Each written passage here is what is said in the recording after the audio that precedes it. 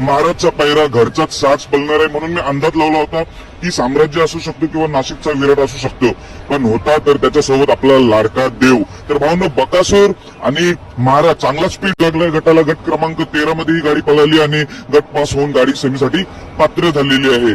आणि भावांनो, अजून एक धक्का बसलेला गट क्रमांक 14 मध्ये वेगाचा शेवट सर्जा आणि मानगरचा वादळ ही जोडी पलताना दिसली. तर त्या गटामध्ये गट क्रमांक 14 मध्ये सर्जाचा आणि मानगर वादळचा पराभव झालेला आहे. दोन नंबरला ही गाडी उतरलेली आहे.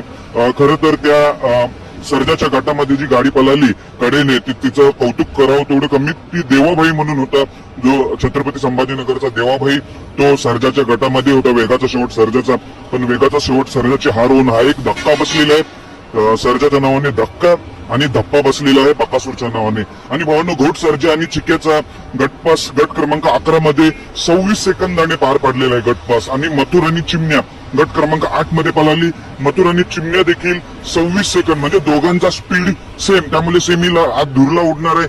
सेमीला नक्कीच मजा येईल. सर्वांना शुभेच्छा वडकी हिंद केसरी मैदानासाठी. धन्यवाद भावांनो.